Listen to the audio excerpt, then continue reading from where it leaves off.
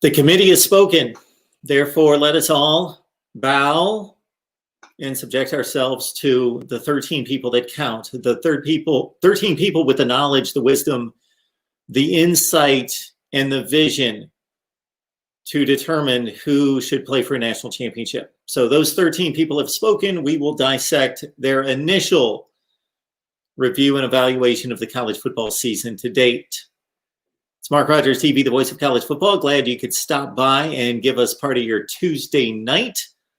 Again, it is the unveiling of the college football playoff rankings for the first time.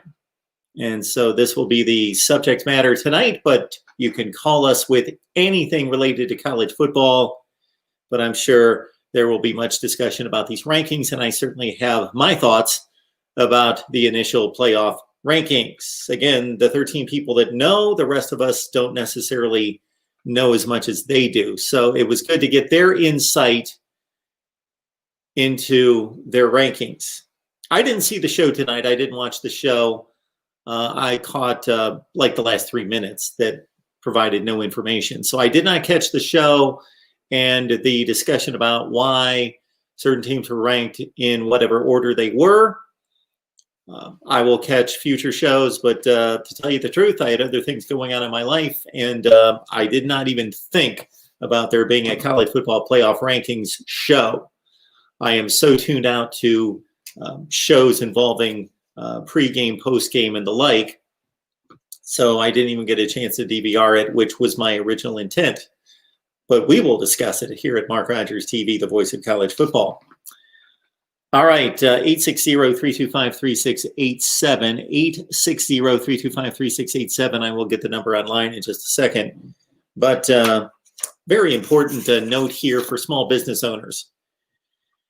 It's no surprise that more people are spending their time on their phones and social media than ever before because they have them available, and also this particular year in 2020 because of COVID. Many small businesses were caught off guard. Now they're scrambling to generate enough sales and traffic to stay open because everything is going online. The face-to-face is going by the wayside. Unfortunately, business is online, and people are getting their business leads and their advertising online. There are 2.6 billion people on Facebook. 2.6 billion Facebook accounts today. Fear not, small business owner.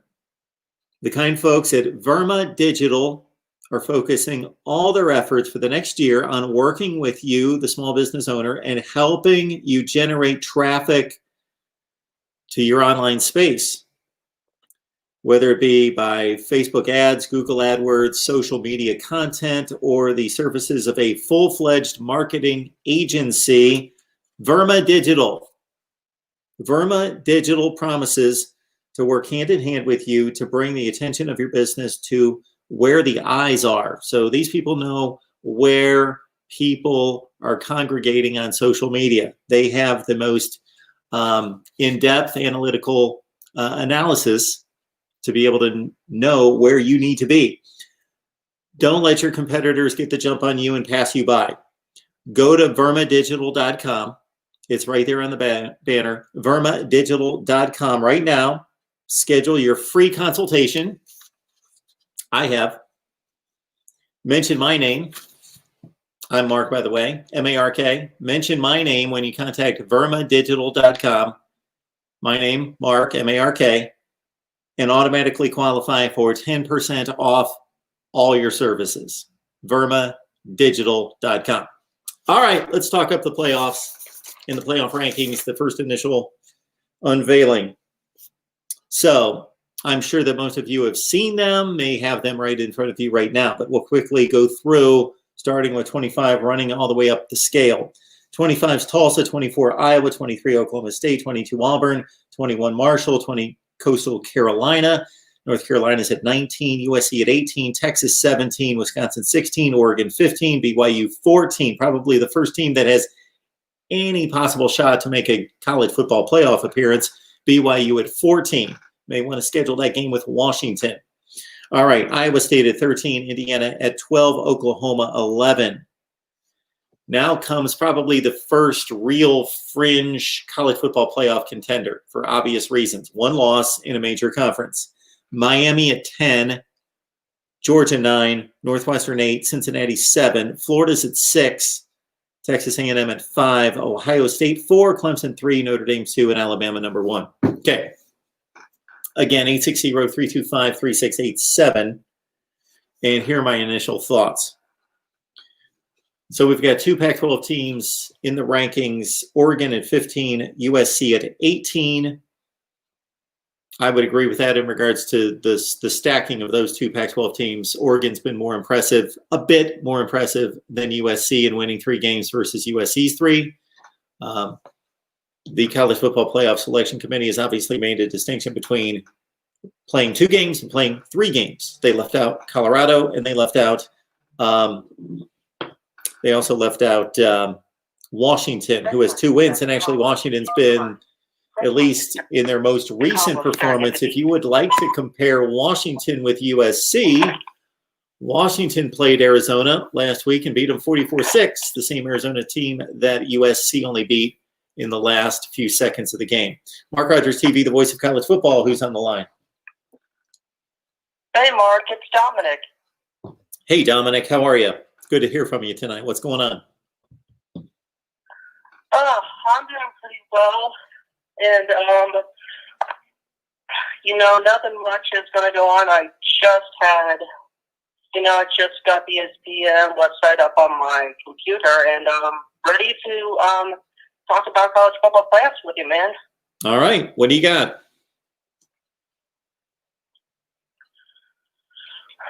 Well, number 1 for Alabama, they've done really well this year. I'm hoping to see what they have throughout the rest of the season. Not sure what they have for the rest of the season, but I'm not sure who they're playing next. I think it's Auburn. They play Auburn this Saturday. Yep. Yeah, Auburn. 7-0.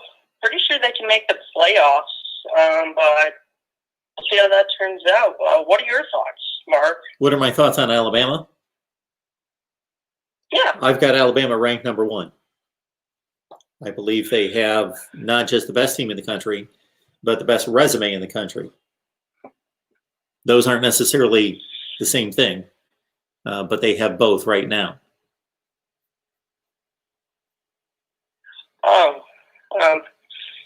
Yeah, I totally agree with you there, man. I totally agree with you there, 100%, Mark. But just want to give you a short call, and have a good night, man. Thank you, Byrick. Appreciate it. You have a great night. You too, Mark. All right, our first caller. Alabama's number 1. Yes, they are. You can make a claim for Notre Dame. Certainly have had people comment to my top 25, several people who said Notre Dame should be number 1, based on the win over Clemson. Beating Clemson, that's the best win in the country. It's not the best resume in the country. That's what we're looking for. We're not isolating one game. Alabama has beaten a better schedule in more dominant fashion than Notre Dame. They should be number 1.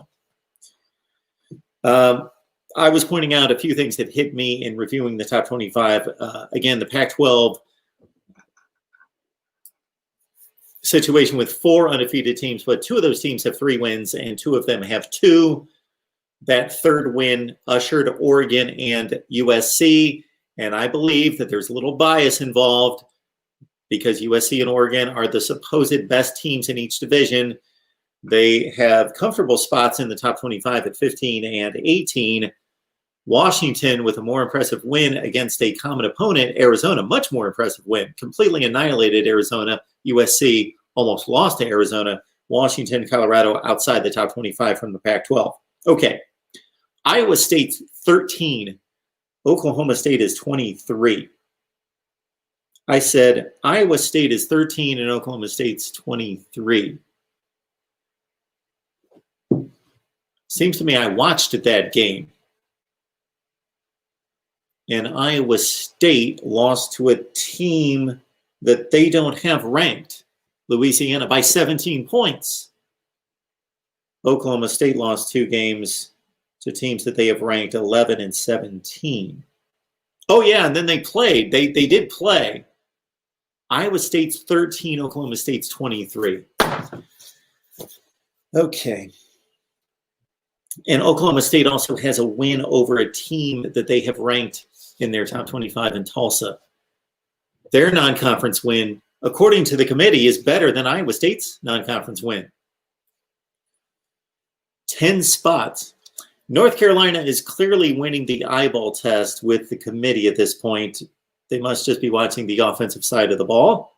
59-53, most recently against Wake Forest. North Carolina is number 19 in the country with losses to Florida State and Virginia.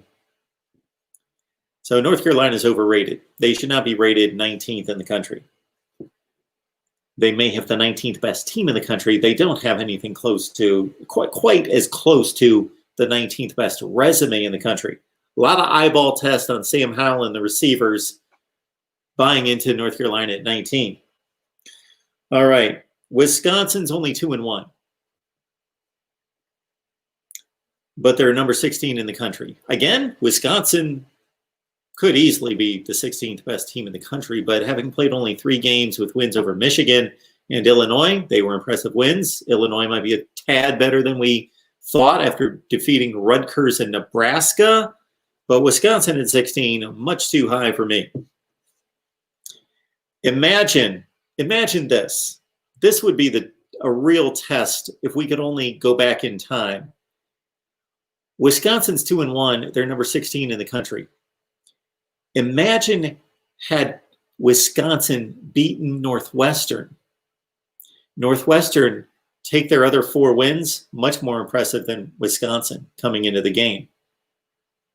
If Northwestern would have lost that game to Wisconsin to drop to 4-1, would they be ranked 16th in the country at 4-1, not 2-1, 4-1? No. These are all situations I would raise to the committee to say, you can't tell me that if Northwestern would have lost a light game that Wisconsin lost to them, that they would still be ranked at 16th in the country with 2 more wins. We'll get to some more inconsistencies. Somebody just called, but then they hung up. Okay, Northwestern's number 8. Ohio State's number 4. Again, I don't even know if we're going with the eyeball test here.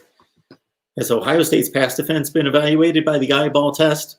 Because if you're just looking at resumes, it's not debatable. This is supposed to be a resume ranking, from what I understand, with a little eyeball test to break ties.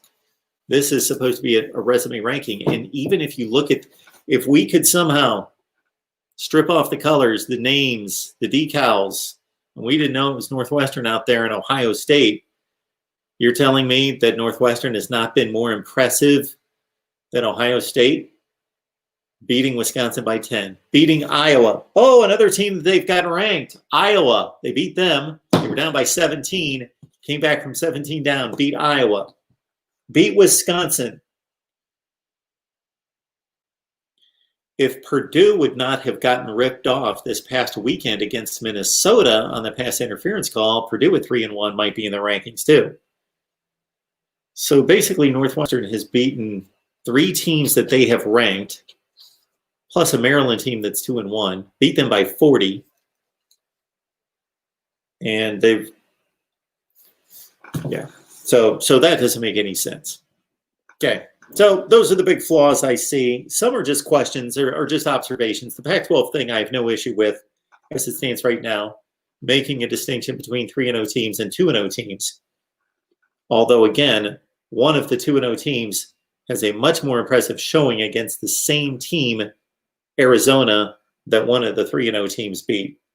The Iowa State, Oklahoma State discrepancy from 13 to 23 is completely out of whack. I just proved that. North Carolina's too high. Wisconsin's too high. Northwestern's too low. And especially compared to Ohio State. How you make that judgment, I have no idea how that could be possibly. If Ohio State would have played the teams Northwestern played and beat them by the scores that Northwestern beat them, I bet the Buckeyes would be number 3 right now, not Clemson. And if Northwestern had the 4 wins against the teams that Ohio State does, they'd be 10 spots lower. I have no doubt. All right, let's check out what you guys have to say. And we'll certainly put it in here. Our number at 860-325-3687. There you go. We've got the Super Chat available as well. I announced the other day that this is not just a special college football playoff ranking show. We're going to go live every night with call-in shows, Monday through Friday, 9 o'clock Eastern time. Every night, at least through the college football season. Then we'll see how well it's going at that point. So we hope to be doing this full-time all the time. 9 o'clock Eastern time. Mark Rogers TV, the voice of college football. Who's on the line?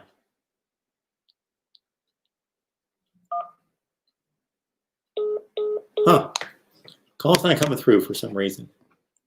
Having issues there, unless that particular person is just hanging up because the first person made it through. All right. Yes, Phil, we've got Dabo. We talked a little Dabo today. Yes, BTPO, football funk. I guess Florida State's a bunch of scaredy cats. Lucas. So Ohio State beating Indiana by 7 meant less than Clemson beating Boston College by 6 with a loss.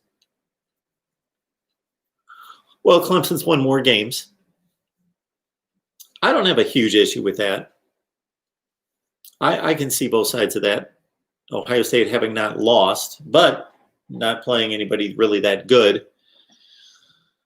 Clemson beating BC. I think actually BC and Indiana are pretty comparable teams, but if you just look at the resume, Indiana's only lost the 1 game, so they would be ranked much higher. I've got them ranked fairly high.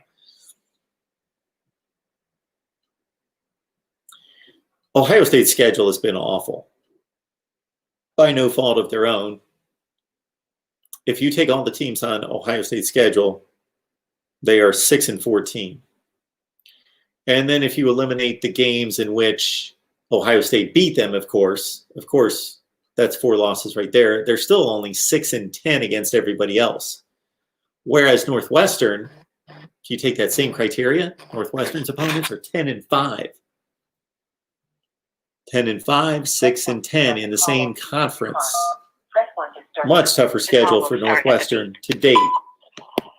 Mark Rogers TV, the voice of college football. Who's on the line? Who wanted you curse our game, man?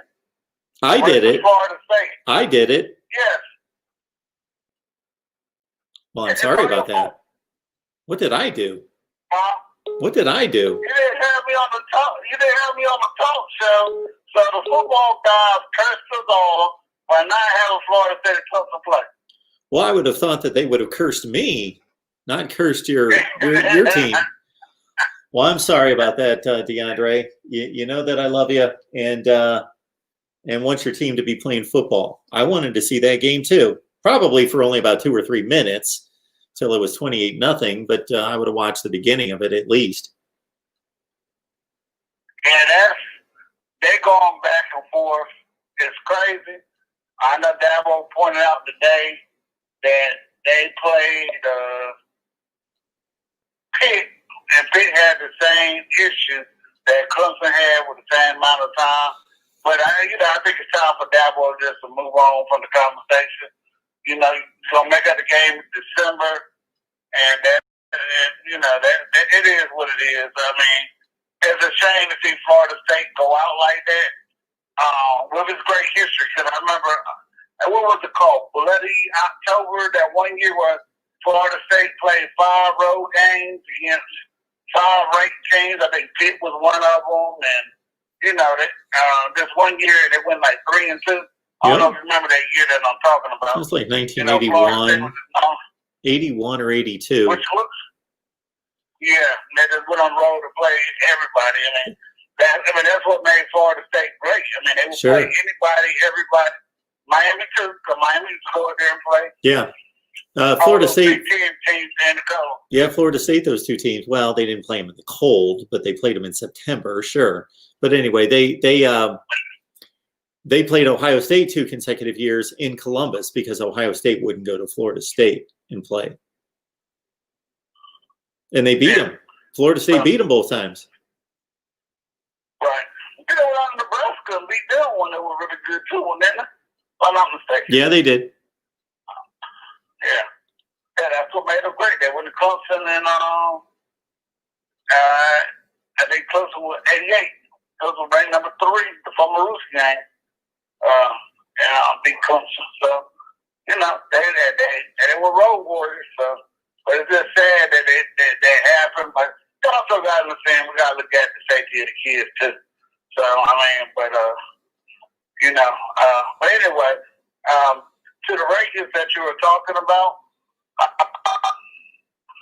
I can understand why Clemson. I said it on my own talk show.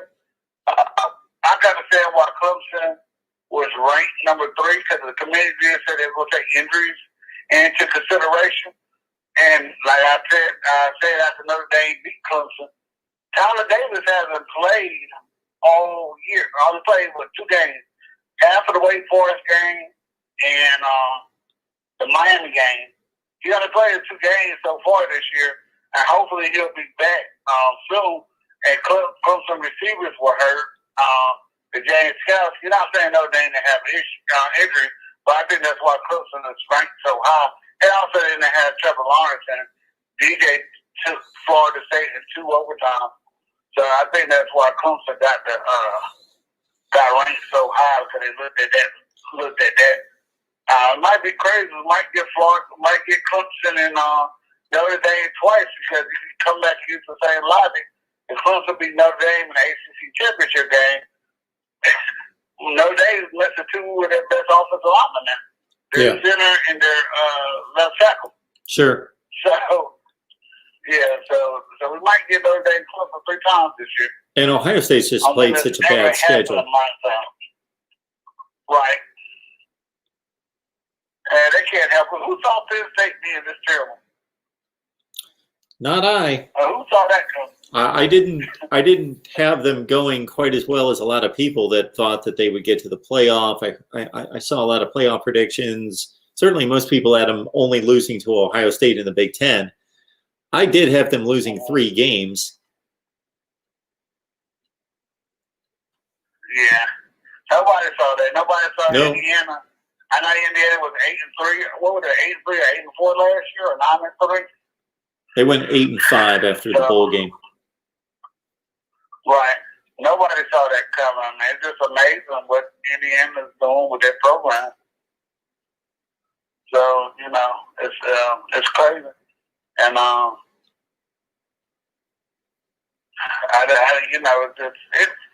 we just gotta take it for what it is. I mean, you don't get Clemson, Notre Dame, you don't get Clemson, Alabama, and Ohio State in a national championship. Those 3, and then somebody else. You just gotta take it for what it is. But I do agree with you. Why is the Northwestern higher than what they are? Beating the teams that they done beat, and they beat Wisconsin, who just throttled Michigan. I know Michigan's not quite a team, but I mean, they still be the so-called blue blood, and then they can't say that Northwestern beat them. So I mean, you gotta give Northwestern a little bit more respect. I think just because they're called Northwestern, that's the only reason why the committee won't give them the respect that they deserve. Well, what's funny is that one of the teams that Northwestern beat, Iowa, that's not ranked in the regular top 25, but I certainly considered putting them in my top 25. They lost their first 2 games by like 1 play, and then they've won 3 straight. The playoff committee is giving Iowa respect by ranking Iowa, and that's one of the teams that Northwestern beat. So you would think that they would get even more respect, Northwestern, because they beat another ranked team, plus Wisconsin. And Purdue, as I mentioned, should be 3-1. They got ripped off on Friday night against Minnesota. on a pass Yeah, I saw that phantom one. pass interference call, and that's another Northwestern win. They've got a much better resume than Ohio State. It's not even debatable. Mark, how funny would it have been if Indiana and Northwestern would have played for the Big Ten championship? That would have been great. Yeah, you know, for such a Denver, but there'd be some bad people. I don't know how well Northwestern traveled. I see some Rose Bowl where they had a lot of people out there. And I know Indiana doesn't care about football like that. I mean, I know they got better. I mean, if you look at Indiana, I don't know how much you keep up with college baseball. I think they had one of the better college baseball teams in the last couple of years, too. I don't know how much you keep up with that, but I think they have good programs. I don't know who's putting all that money into it, but it's just not a basketball school anymore. I mean, they got some good programs out there. And that's kind of shocking for the size of the state they have compared to other states. I mean, but we'll see. And I hope Clemson gets to play Pitt this weekend. From what I understand, Pitt is having some issues with COVID also. So we'll see if it's going to happen. Cause they said I think they had 16 players that were missing last week. But they did beat the hell out of Virginia Tech without those 16. So, you know, maybe they want that important. So we'll see. But I'll let somebody else call in, Mark, man. And I hope you enjoy your night. I'll keep listening to the show. Thank you, Deandre. I appreciate it. All right, man. Have a good night. You too. So that's our guy, Deandre. He's got a YouTube channel. And you might see some comments from him here in the live chat. BGPO Football Funk. BGPO Football Funk. Look it up on YouTube. And he's talking college football all the time over there, I believe. So check out his YouTube channel.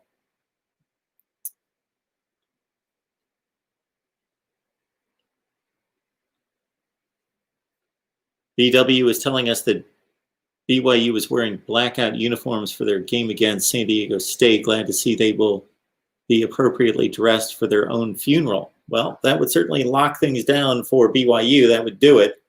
I was a bit excited for a split second to hear that there were negotiations this week between BYU and Washington, since Washington had its game against Wazoo canceled.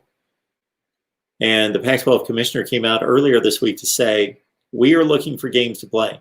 And as long as another team that has an open date can travel to Pac-12 country and can meet our guidelines, then we will be looking to fill up dates. I would love to see games added to the schedule because of that. BYU to play Washington. Who else is missing? So between Washington and Washington State, that game got canceled. That was a Washington State issue. So Washington's available to play. So who knows, in the Pac-12, they put together a game on Friday afternoon for Sunday morning. So this is only Tuesday night. Maybe they'll be able to find somebody for Washington to play. Mark Rogers TV, the voice of college football. Who's on the line? MSU #1 fan. MSU #1 fan. How are you? Pretty good. Long gone are the days where Michigan State was in the college football playoff rankings. Yep, 2015. Sure, made it 2015. 2015. Yes, Yep. But they were in the rankings many times after that. But Yep, 17. I watched that Northwestern Wisconsin game. Yep. And Wisconsin just could not. They mentally beat themselves.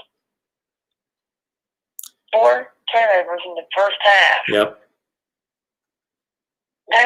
That's if they don't get those turnovers, I think Wisconsin may have won that game. Yeah, probably. I think Purdue should be ranked. You think Purdue should be ranked? Well, Purdue unfortunately lost to Northwestern. That was a really good game, 24-20, I think. I watched most of that game, and then they lost this last weekend to Minnesota. So, yeah, had they not Yeah. gotten ripped off by the phantom pass interference call, I think Purdue Yeah. would be ranked. They're 3-1. They beat Iowa head to head, or they would be 3-1 with that win. And the committee's got Iowa at 24. So I would think Purdue would be maybe 18 or 19.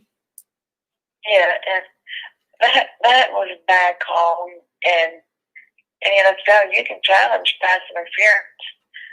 I think that should be in college football too. You get a lot of bad calls, and the coaches can't challenge it. If I be coached wrong, you can challenge that. I haven't challenged that. They probably won that challenge. That's Well- one of the worst pass interference calls I've seen. Sure. I'm with you. Yeah. Well, I was just going to say that pass interference is now reviewable in the NFL. I think in the last few minutes of the game, but that only just started in the last couple of years. Yeah, and I don't know what were they called the PI. I didn't see nothing. I must see grab the shoulder pad up at the end of it, but that's just football. That's how they're taught. Let them play. Yeah, nobody saw anything on that play. And Michigan State plays Northwestern this week. That's in your right. opinion, Yep. if Michigan beats Northwestern and Ohio State, do you think they could be a top 25 team if they beat those two teams? If Michigan State beats Northwestern and Ohio State, what's Michigan Yeah, State yeah. right now? Are they 1-4? Yes. Well, that would put them. They wouldn't be a top 25 team just based on those two wins. They'd still be 3-4. But if they finish out the season 5-4 and have those two wins under their belt, then they could make it in. But no, the committee or nobody else is going to be ranking. And I would love to know if somebody could find. Here's a trivia question that I would love somebody to track down. The last time there's been a team with a losing record that's been ranked, and I don't mean 0-1. So anything beyond 0-1. The last time there was a losing team ranked, I don't know that it's ever happened. Maybe there's been a 1-2 team that's been ranked at some point, but that would be the extent of it. Yeah.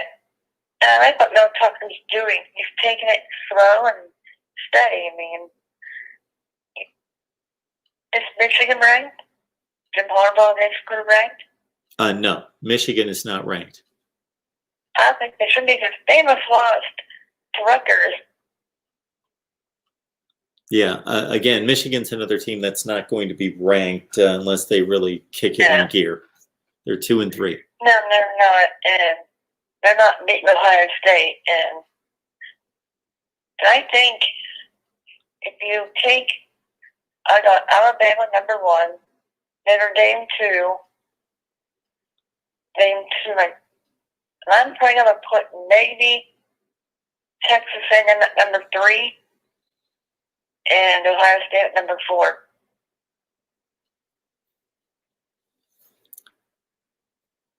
Who's your top 4? One more time. Ohio State at number 4. Okay. Who are the top 3? Alabama, Notre Dame, and Clemson or Cincinnati. Okay. All right. Very good. I think Cincinnati has a great argument to be in the college football playoff. I think they've got a good argument myself. I watched the last 8 minutes of that UCF game, and they looked like they could have lost it, but they hang in there, they fight, and that's what you want with the 5 team to play a Power 5 team, and they can hang in some games. It's gonna come down to the committee.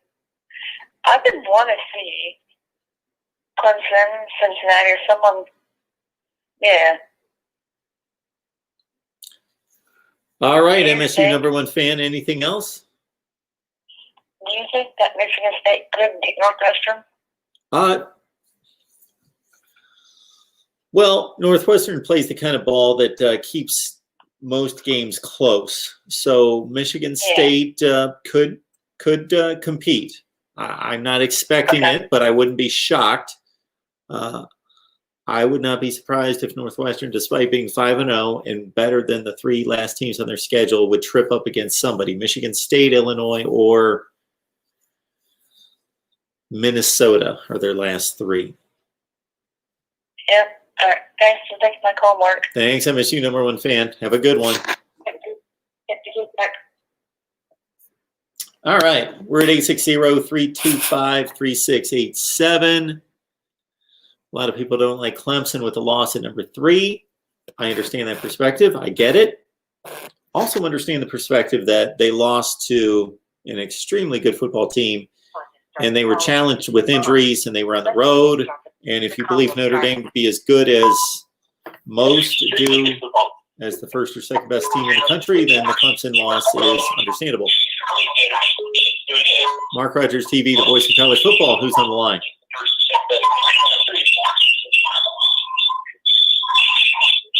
Okay, I think we'll have to move on. We can't hear you.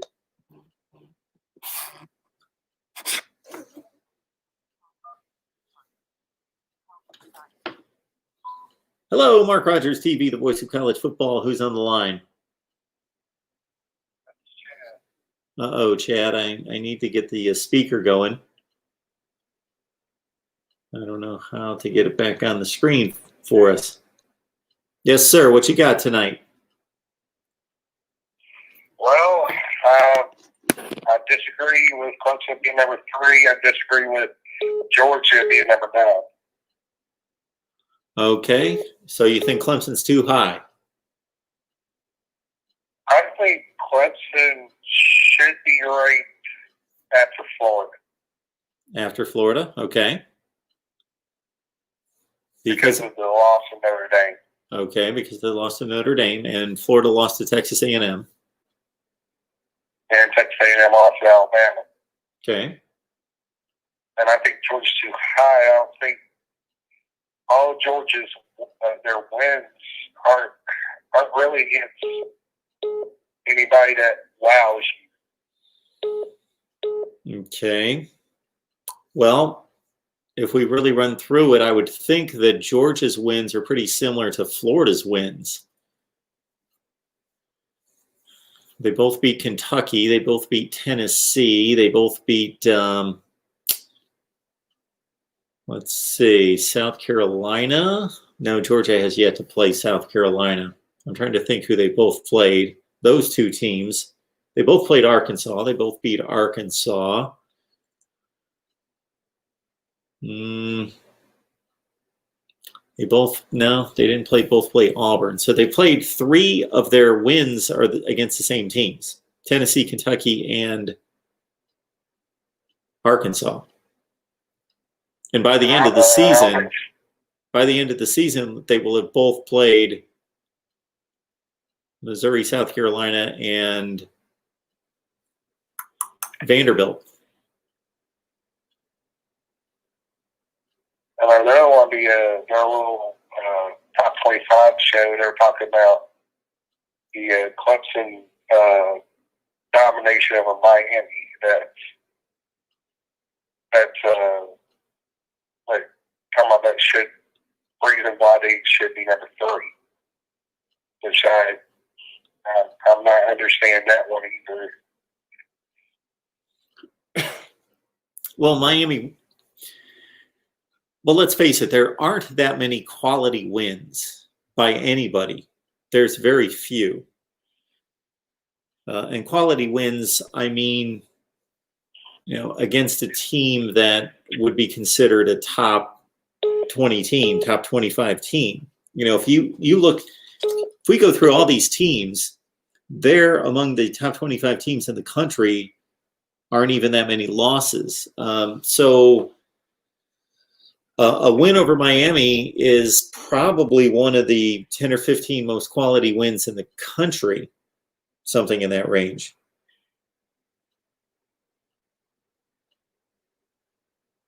Now, I've been hearing a lot from other YouTube channels that Louisiana should have been ranked in this top 25. Well, I've got them ranked. Do you think that one loss against Coastal Carolina? Well, see, that's the thing. You've got Louisiana. Here's the issue I have with Louisiana not being ranked is that they beat Appalachian State. They lost to Coastal Carolina by a field goal. They beat Iowa State, who the committee has ranked number 13 in the country.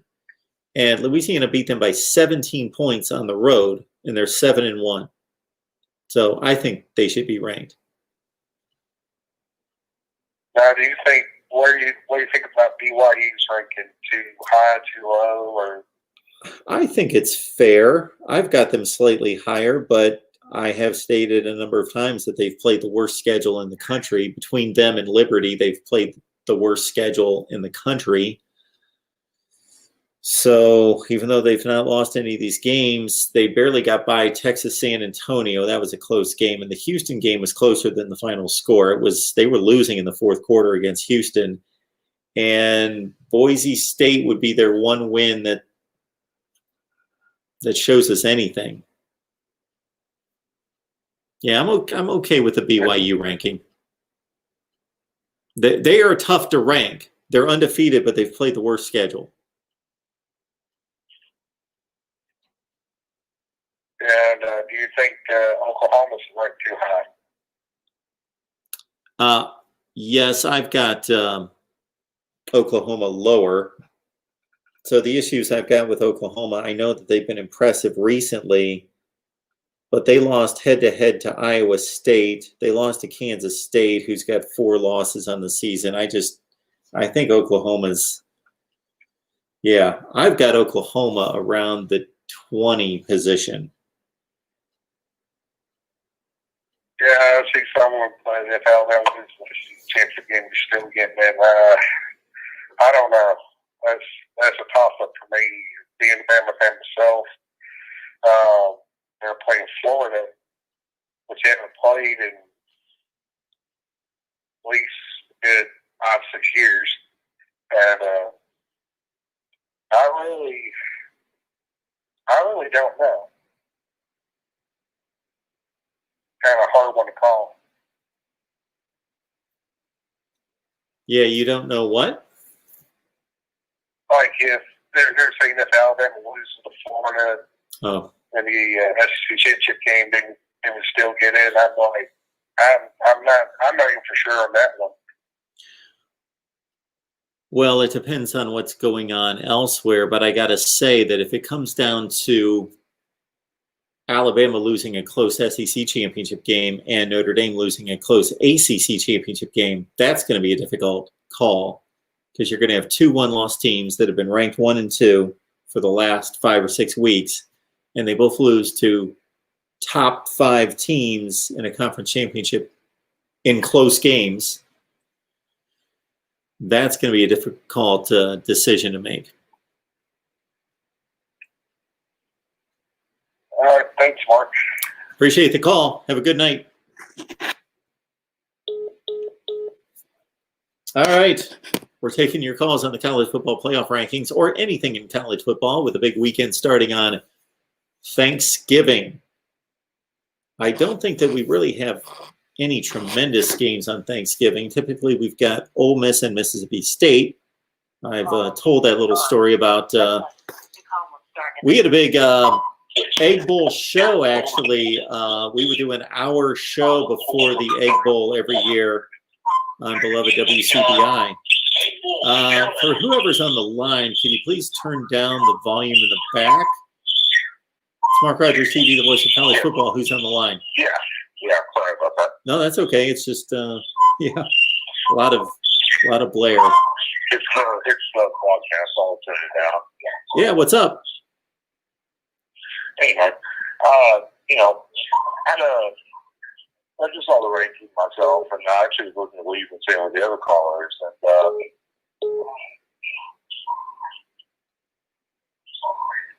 Which would be what?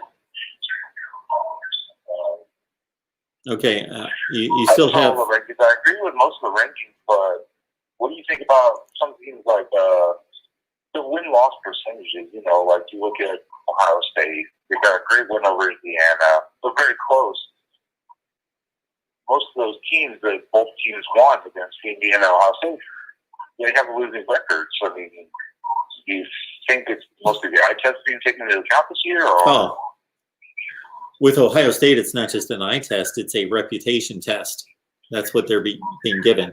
They don't have an eye test or a resume, either one. Now, I've got them only one spot lower. No, I'm sorry. I have Ohio State at number 8 in the country. That's right. I've got them at number 8. The 4 teams that Ohio State has played are 6 and 14. And Ohio State's won 3 of those games comfortably, but they weren't dominant performances. They were comfortable wins, but they weren't dominant, and they were against really bad teams. And now they beat Indiana by a touchdown at home, which they should be given credit for beating what we think is a good team, but not a great team by any stretch.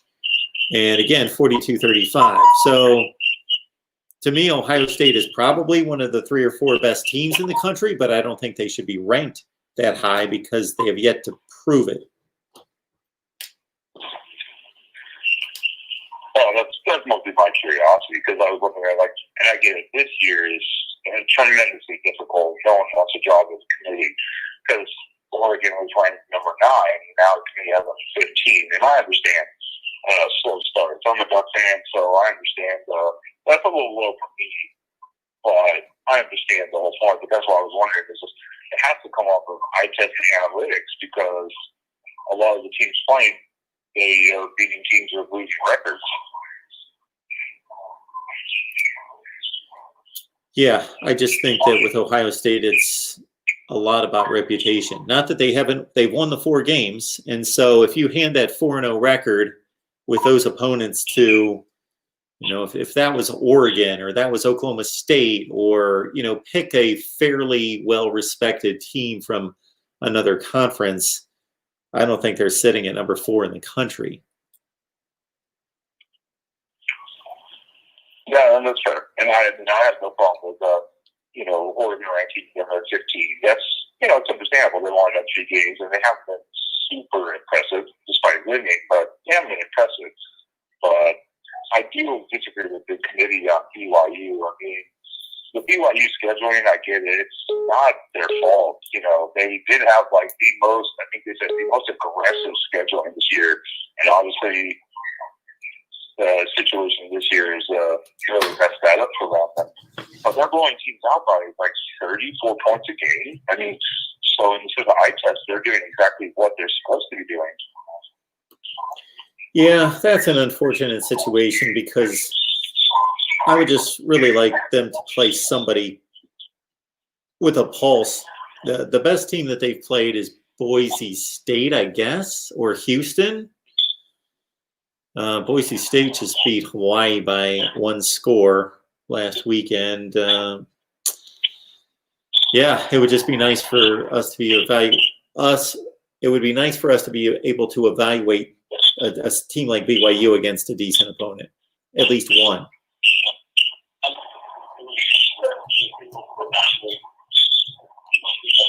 Anything else? Yeah, that's a fair point. Yep. No, that's a fair point. I mean, I agree with the rankings overall, especially for BYU, but I think your community did a pretty decent job despite how hard it is this year, especially the first one. Yeah, it'll be interesting to see where they go from here with these rankings, for sure. Thanks, Mark. Keep doing the good work. I appreciate that. Have a good night. Thanks. All right. Yeah, BYU is just difficult. They're a difficult case. What can you say? We knew when you can take a team like BYU, and here's the point that I will make, is that BYU, what has BYU been? So here's the difference between BYU, and I've been cutting down Ohio State's resume, and with good reason. It's not much of one. But Ohio State wins year after year after year after year after year. And while I don't believe in evaluating what's happened in the past, so to believe that Ohio State's the 3rd or 4th best team in the country is not a leap of faith. because they have been the third or fourth best team in the country forever. Where BYU, what's BYU doing every year against a decent schedule? Not a tough schedule, just a marginal schedule. They usually go 7-6, 8-5, 7-6. That's BYU.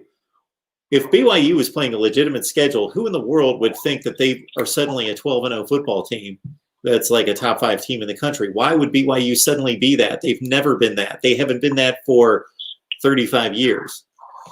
Mark Rogers TV, the voice of college football. Who's on the line? Hey, Mark. By the way, was that your first advertiser tonight, by the way?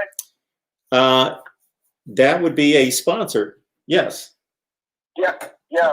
That's the first time I saw you have a sponsor on the program. That's pretty cool. That is pretty cool. We would love to have more, and certainly, hopefully, we are wanting to build our relationship with these fine folks after having long conversations with them. They are a reputable establishment, and so I looked over what they do, and absolutely. $5 Shave Club, Mark. They make a great razor. Just as a shout out. Just want to put that out there. I've tried their products. I'm not going to comment. Keep going. Mark, this is David. How you doing? I'm good, David. Yeah. All right. So, I posted it. I wonder just how the Indiana win for the Buckeyes is going to age. I looked at their schedule. Was it Maryland, Wisconsin, and Purdue coming up? So, if they run the table, and that's their only losses to the Buckeyes by 7 points, and maybe Wisconsin is pretty good, they beat Purdue, and then they beat Maryland. I think, obviously that's going to help the Buckeyes' resume. Sure. Because, the committee only moved them down to 12. So, that probably automatically becomes, a top 10 win right there. Certainly if Northwestern gets to Indianapolis and they're undefeated, because the committee likes your Northwestern team, Mark. They got them at number 8. The man crush Pat. I've got them at 4. Well, I know you do. I saw the top 25 that makes sense. And I get your point because of their victories. So you put them ahead of Texas A&M and Florida? Yeah, they're undefeated with quality wins. I think their schedule's quality. Like the committee, not only do I disagree with some of the things that I stated off the top, and maybe there weren't a whole lot of people watching right at the top because it takes people time to filter in, but I found it kind of amusing that not only did I disagree with the committee, but they made it very, very easy to catch them in their own foibles to a certain extent. So, for example, Northwestern's got, again, 4 spots lower ranking than where I placed them, and they're giving them an Iowa win. They've placed Iowa in the top 25, which I have not. I don't necessarily disagree with that, but they're actually giving Northwestern another quality win. And so then you got to take this extension to that, David, that if I was number 24, Iowa lost to Purdue. Purdue is a bad pass interference call at the end of the game against Minnesota from being 3-1. And if a Purdue 3-1 team that beat Iowa that's 3-2 and ranked, where would Purdue be? They'd be like 15. Sure. And Northwestern beat them too. Right. Well, first of all, I got the top 13 pulled up here. Did you have an issue with Georgia being number 9? I was a bit surprised. I've got them a little bit lower. I think I have them 11 or 12. They have lost to 2 of the best teams in the country. Right, and they got thumped in both games, Mark. So it wasn't like they were losing on last-second field goals. No, but particularly in the Alabama game, that was a really good game until about 10 minutes left in the game. Okay. Florida, now the Florida game, I will take, and I look at that differently than a lot of people. A lot of people just look at, what was the final of that game? It was like 41-24. Yeah. Look at it, okay, they lost by 17, they got blown out. I don't look at it that way. I watched the game. It was a slugfest until about 10 minutes left, and those Stetson Bennett turnovers killed them. Now, I will give you that wasn't the storyline and the flow of the game against Florida. They got down in the first half substantially, and they pretty much got kicked around fairly early in that game. Right. Yeah, Florida kind of controlled that game for one time, like the first or second quarter on. Yes. Much, right? Yeah. So, yeah, I mean, I think that's high. By the way, where did you have Cincinnati in your rankings, or your top 25? That makes sense. I forgot. Number 5. Okay, you're number 5. Okay, so the committee's got them at 7, which I think makes sense. I actually think 7 is a good ranking for them. Yeah, I'm fine with that too. I certainly don't want people to. I certainly don't want people to think when I roll out my top 25, like I think that that's gospel truth and it can't be argued or debated in any such way. I actually, my first draft, I had Florida and Texas A&M, or I should say Texas A&M and Florida ahead of Cincinnati, and I weighed that back and forth before I did the flip and moved to Cincinnati the 2 spots ahead of those 2. So I don't have an issue with Cincinnati being 7 and the other 2 being ahead of them. By the way, I wonder if Florida and Texas A&M played again on a neutral field. I wonder if Florida beats them. I think Florida's better. Yeah, I think so too. Actually, I watched that game, and I thought Florida was still the better team. I thought Florida kind of let that run get away. Yeah. If I was to be perfectly honest with you, I watched pretty much every play of the Florida Texas A&M game, and I thought they kind of, well, their defenses, and that's why maybe you don't trust them, because their defenses. I don't have an Ohio State fan, so what am I talking about defense right now? Well, here's another point that you're getting at, David, that I think is very valid, and I will take either side on this, and I think it can be argued either way. Do you take the resume as one complete resume? Game 1 is just as important as game 7 or whatever game we're on at this point, meaning, or do you try to chart the progress of a team or the decline of a team and say, well, in week 2, they stumbled, but they have improved considerably since then. Like, is this a current ranking? Meaning these are the 25 best teams in order this week within reason. You know, if somebody started 0-5 and then they played 2 amazing games, you couldn't just say this 2-5 team, we're going to rank them 10th in the country. Within reason, is this a current ranking, or is this a resume of the entire season where week 1 counts just as much as week 8 and week 12? Well, let me test your theory with that, Mark. I'll tell you a team that's on the incline, and I think should be higher is Oklahoma. Yeah, I hear you. Now, I think Oklahoma, you could make a case that they should flip spots with Georgia. You could, if you believe in the Big 12. I take the resume. I take the full resume, and they've got 2 losses in the Big 12, and I'm not. I've got Oklahoma at like 20. You have Oklahoma at 20? I think they're at 20. I'd have to go back and look. I think I've got them somewhere around 20, maybe a little higher. Well, I mean, they're starting. I mean, the Oklahoma State one's not a bad win. I mean, oh, sure. You know, so and they have this. There's a team that's been getting better, you know, after their early season losses, and you know, I would rank them. I think I can make the case that I could certainly rank them higher. Where did you have Miami, by the way? I've got Miami a couple spots lower. I should actually pull mine up. So they're at number 10 in the playoff rankings. I believe I have them at 12. Okay. I'll double check. See, right now for Miami, I think that's high at 10. I do. Oh, I do too. They're more like that. I think they're more like a top 15 team, maybe. But I don't know if I can go 10. That's too high. They've beaten a bunch of top 50 teams. That's what they've done. Now, if they had a more impressive showing against Clemson, if that was a 10 to 14 point loss where it was a really competitive, like the Georgia game, like the Georgia-Alabama game, you know, they lost to Clemson by 25. Georgia lost to Alabama by 17. There doesn't seem to be a big difference in the final result. One score. Sure. But if you watch the two games, they were two entirely different games. Miami was done after 3 drives. Right, and that's why, in my opinion, and I know it's kind of sacrilegious to say this, but I actually still think Florida's better than Texas A&M. I mean, to lose, I mean, they lost like 3 points in a game I thought they controlled at Texas A&M.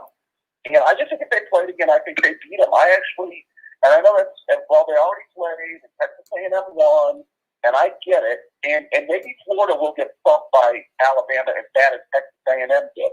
I don't know, but I have a feeling Florida's going to play Alabama closer than 28 points. But, you know, I don't know what your thoughts are on that. Well, my thoughts are that I think you have every right in the world, just like anyone else does, to say, even as two teams walk off the field and there's a winner or loser, that you have the right to say, you know, I've seen these teams play other teams, and anybody can beat, almost anyone can beat anyone on a given day. And I still believe that the team that lost this game is the better team. I think we all have the right to do that. But I believe in ranking teams and in rewarding teams that we should do everything possible to reward the win on the field and acknowledge the result on the field. And I do that with my rankings, and the only time I don't do it is when I can't any longer, such is the case in the Big 12 between Oklahoma, Iowa State, Texas, and Oklahoma State. Well, they've beaten each other, so I can't honor every result head-to-head because it's gotten to that point. But with those two, I will forever rank Texas. I don't know. The only caveat there is that Florida will be playing an extra game against an enormous opponent, not just another game against Vanderbilt to tack on a data point. They will be playing an enormous extra game versus Texas A&M in comparing those two resumes, of course, in playing Alabama in the conference championship game. By the way, Mark, no surprise, no Pac-12 team here. There's no Pac-12 until we get to 15. Right, I'm looking at like the top 12 here. That's what I was saying. Yeah. You know, I'm not. It's going to take. I think it's highly doubtful. I mean, if they go undefeated and some things happen, maybe. But I just have a feeling nobody's going undefeated in that conference. I mean, USC's not necessarily looked really impressive to me. In Oregon, who I thought was the best team, has not looked real impressive. So I don't know. I don't think you have strong optimism that there's a playoff team coming out of there, do you? I don't. I gave it about a 15% shot. Well, let's also remember, though, I don't think there are enough weeks, so we're not dealing with as much time to make a rise up the rankings. But do you remember what Ohio State was ranked in the initial playoff rankings in 14? Yeah. Yeah, it was like 14, 15, 16, somewhere in there. I think there were 22. I think they were in the team somewhere, actually. I mean, I could be wrong. I've got 22 stuck in my head. Oh, okay. I'll have to look that up. Like the very first? This was after they lost to Virginia Tech. Well, no, I thought the playoff rankings came out like a few weeks after that. Yeah, they probably did, because the Virginia Tech was only the second game, right? Yeah, it was the second game of the year. They didn't bring out the playoff rankings until later in the year. Sure. And they've gotten a few wins, because remember they hadn't quite gotten the biggest win of the year, which was at Michigan State, which kind of gave them the momentum that year. That was the kind of, they finally got a top 10 win there, and I think that kind of catapulted them up. Because I think before Michigan State, I think they were like 14, 15, 16, somewhere in that neighborhood, maybe. All right, I'm gonna try to find this. For some reason, I remember 22. Well, I think you're thinking right after the Virginia Tech game. Oh, where they were ranked, in the polls, yeah. Yes, because the first playoff rankings aren't always until late November, sometimes in November or something. This is one of the reasons that stands out to me. Of course, I'm a Buckeyes fan, but besides that, I'm working at ESPN. And of course, the night of the college football playoffs is enormous, and all hands on deck and so forth. Sure. It was right around that time that Ohio State lost to Virginia Tech that I was meeting with my boss, and I requested off the night of the college football playoff. And he was okay with that. We had plenty of people to a certain extent, but he's like, usually we want certain people here and so forth and so on. And this is a huge night. It's our biggest night. Da, da, da, da, da. And I said, well, I'm safeguarding against Ohio State being in the playoff. And he said, Ohio State in the playoff, they're like 22nd in the country. And I said, just telling you that. And he said, you know what? If Ohio State makes the college football playoff, you definitely can have off the night of the playoff. So I had some faith at 1-1 after the loss to Virginia Tech. Well, I mean, if they caught a year with the Big Ten, well, there only really had to be one really good Big Ten team. Yes. To basically get to Indianapolis that year. And that's why the biggest win was that Michigan State win. And they obviously avenged the loss from the year before. And then they caught, I think, two big things. They beat Wisconsin 59-0, and then they benefited from the Big 12 not having a championship game, which totally changed their conference. Yep. That forced the Big 12 to make their changes. So, hey, Mark, one last thing. I'll tell you what. If you could ever get Joel Klatt on your show. Oh, that would be phenomenal. Awesome. I have a lot of respect for Joel Klatt. I love Joel Klatt. I just want to say, you and him are the second and third most knowledgeable college football people I know. Well, I will take the third spot. I don't have any issue with taking the third spot. I hope to rise now that this is my full-time deal and I don't have to be dealing with other stuff. But so who do we have at number one? Well, I was going to say, I could join in and we could complete the top three. I got you. You're at 1. All right. Joel's at 2. I'll take a third spot. It reminds me of watching the Auburn. There's some type of SEC documentary, whatever they call those things, with Bo Jackson, Charles Barkley, and Frank Thomas. And there's quite a few digs in it toward Frank Thomas as being only the third greatest Auburn athlete of all time. But he says, I'm fine with that. I'm okay, just so I'm in the top 3. There you go. Pretty awesome they were there at the same time. That's pretty incredible. Yeah, those 3 were all at the school at the same time, yeah. All right, Mark. Well, it's always a pleasure. You going to run the live stream later in the week? I'm going to be here every night at 9 o'clock Eastern time. Oh, okay. I'm sorry. I forgot to check. I will be here every night. Forward. Yes. Okay. Awesome. All right. Well, more sponsors to come for you, my friend. Let's hope. Thank you, David. Appreciate that. All right. Take care. Bye-bye. Our man, David Greenshield, Buckeyes fan, with, again, some insightful comments about the college football playoff rankings. We've received a lot of them. I think your most controversial teams are, what to do with Clemson and Ohio State, what to do with Cincinnati. So your most controversial teams are always going to be the teams that have the oddest schedules. And of course, that's Cincinnati being so dominant against a group of 5 schedule. And I have not in the past been the most respectful of the group of 5 in putting them in my rankings and elevating them as high as other people do.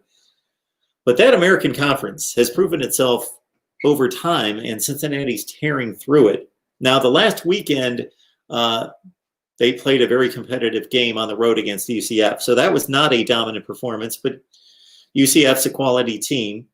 So Cincinnati's a controversial team. I think Northwestern, what to do with them, again, because people are going to have it in their minds. And you know what? You're probably right. People that are downgrading Northwestern to be 8 or 10 or 11, they're 11th in the polls. I get it. That's probably as good as they are. At best, that's probably right. I rank them 4th on their resume. And until they show me something different, meaning a loss, and at this point at 5-0, even if they go out against the likes of Michigan State, Illinois, and Minnesota and only win those games by a field goal, if they're going to Indianapolis to take on Ohio State and they're undefeated, they're going to most likely maintain that spot, or they would probably lose a spot or two in my rankings because of close wins against unimpressive teams. The other thing that I think David and I kind of in a haphazard way caught on to, and this happens all the time, especially at this stage in the season where we've got roughly 7 games played by a couple conferences, and then we've got a conference at 4 to 5 games, then we've got the Pac-12 at 2 to 3. But even in other years when we are at like the 4-game mark, there's a lot of this, Ohio State beat Indiana, that's their big win. But really, how good is Indiana? Well, they really haven't beaten anyone. So how good is Indiana? And you play that, Clemson's big win of the season is against Miami. Well, Miami's 7-1. They're good. Well, who's Miami really beaten? And you play that kind of step by step by step. And it's understandable. I like to take the totality of the resume. And there's just a few programs in the country, we know who they are, who their 3-0, their 4-0 record, let's say Ohio State right now, is very flimsy, not that impressive. But when you show up every year and you're one of the 3 or 4 best teams in the country, my rankings, as I've stated before, when I get criticized for my rankings, that if I truly sat here and stated what I believe to be the best teams in the country, 1 through 25, as opposed to trying to measure the resume, my top 25 would look somewhat different. I'm not going to say considerably different, but I would not have Ohio State number 8 if I was just, and I did that one time last year because I had a group of people that were just like, Mark, just tell us who the best teams in the country are. Stop going to the resume. Just tell us what you think. I unveiled that top 25 and I got a bunch of pats on the back and hardly anybody had an issue with it.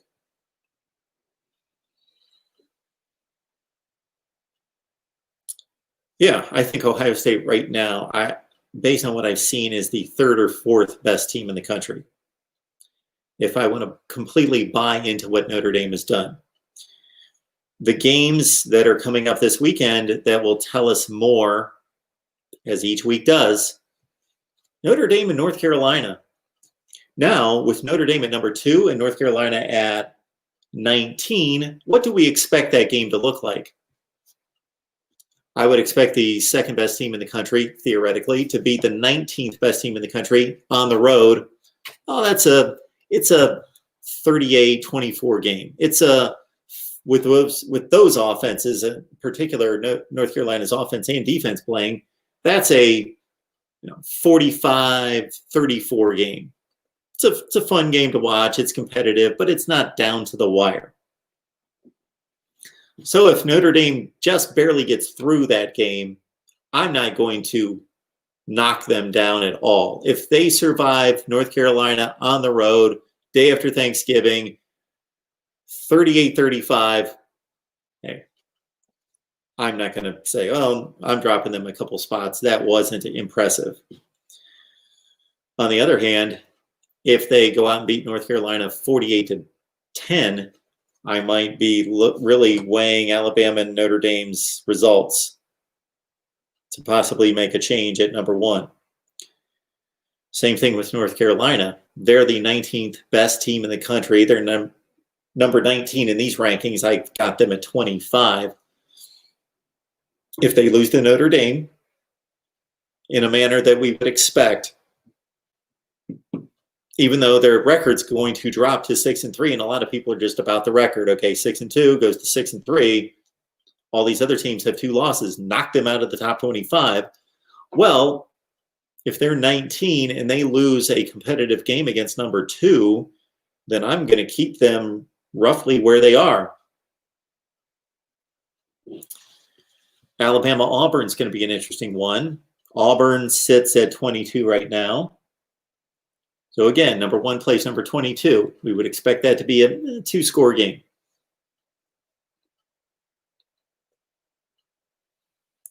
Who else is playing a game that could be in doubt or just has some kind of interest to it? To that level.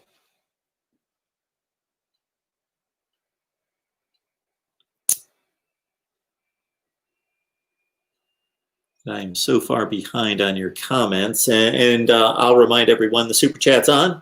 Please contribute if you're so moved. So let's look at the schedule. What games could really shake up these rankings? Of course, any game could if it's won by the right team, but with a high potential. Iowa State's at 13. Texas is at 17. They play. So you would think that they would almost kind of trade places. If Texas wins by 7, that they would go from 17 to roughly 11 or 12, and Iowa State would drop from 13 to roughly 20, something like that. Again, Notre Dame, North Carolina on Friday. Oregon, Oregon State. Oregon's got to win impressively.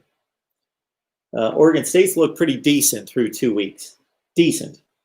They barely lost to Washington, and they beat Cal. Both close games.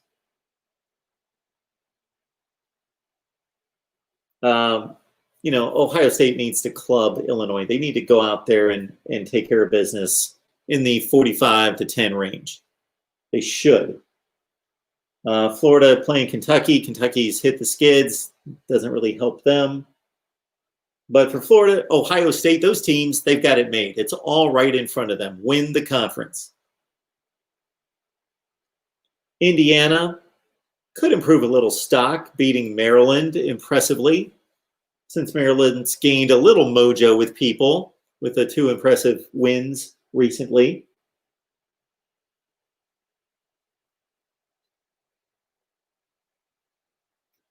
Elsewhere in the top 25, again, Alabama, Auburn, Northwestern, Michigan State. If the committee or anybody else is looking for Northwestern to look impressive against anybody, here's a team that under Pat Fitzgerald, when they're good, which is like 80% of his seasons at Northwestern, they field a good team. They have those 5-7, 3-9 dips about every 5 years, but the rest of the teams are 8-4, 9-3. We can't expect them. It's just not what they do. And maybe they can get knocked down for this. They probably won't go out and just kill Michigan State. Iowa just beat Michigan State 49-7. Indiana beat them 24-0.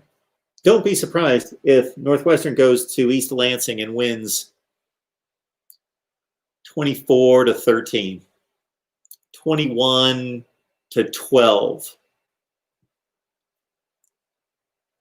20-13, whatever. Don't be surprised. Colorado 2-0, Washington 2-0. They should be on the cusp of the top 25. Colorado plays at USC against number 18. So USC gets to prove it against a team that's we don't think is that good, but Colorado has defeated Stanford and UCLA. Cincinnati at Temple. Purdue, again, unfortunately, and I hate to say that they lost because of this pass interference call. Minnesota's not been playing well. Purdue should have won that game more easily and not left it up to a pass interference call. And even had they scored, there wasn't a whole lot of time left. They threw an interception on the next play. There was like 25 seconds left. So most likely, had Purdue scored, they would have won the game. The way that they were stopping Minnesota on offense with only 20 or 25 seconds, I believe they would have won by either 3 or 4. don't remember the final score of that game. I think it was 31-27. So they would have won by 3 or led by 3. So there was a possibility Minnesota could have done something. But I would be fascinated, again, because of the Northwestern dynamic at 8 and Iowa at 24, having lost to Northwestern in a close game and 2 losses. One of the few 2-loss teams in the whole deal. Yeah, there's about 5. What they would have done with Purdue had Purdue been given the right and proper call against Minnesota at 3-1 with a win against Iowa and a close loss to Northwestern. I would have been interested to see where the committee would have placed Purdue. Texas A&M at home against LSU. The way LSU's playing doesn't seem to be a threat, but LSU's got talent. Oklahoma with a tricky one on the road at West Virginia. Oklahoma owns the Big 12 right now. They control their own fate to get to the championship game. The winner of Texas, Iowa State controls its fate to get to the championship game. So most likely, we have a Texas-Iowa State winner against Oklahoma in the Big 12 championship game. And then I would say the other team that could really help itself this weekend would be Washington. I know they're not in the top 25. They've only played 2 games, but they play at home against Utah. Utah gets a little respect, probably from the committee to a certain extent. They've only played 1 game, a loss to USC. But Washington coming off a 44-6 bludgeoning of Arizona, then goes to 3-0. And USC, let's say, would be 4-0, but Washington's got this comparative bludgeoning of Arizona where USC barely beat Arizona. So maybe Washington catapults into the rankings. All right. Again, would like to remind everyone that we're here each and every night going forward, at least through the college football season. At that point, we'll review and see where we stand and take inventory to see whether this is worthwhile and of value to you. So please keep in mind that we would like you to like this video, share it out there on social media, contribute in the super chat if you so choose. And we're going to be here tomorrow night at 9 o'clock Eastern time. So full day tomorrow. Listen to this, Buckeye fans. Get up early, 10 o'clock Eastern time, 10 o'clock a.m. Eastern time with Ohio State Live tomorrow. The boys have basketball news conferences to deal with. So 10 a.m. Ohio State Live tomorrow. Florida State Live at 6. Our SEC Live show at 8, which kind of morphs into this call-in show for as long as you want to take it. Right here at Mark Rogers TV, the voice of college football. We will see you all next time. Thanks for dropping by.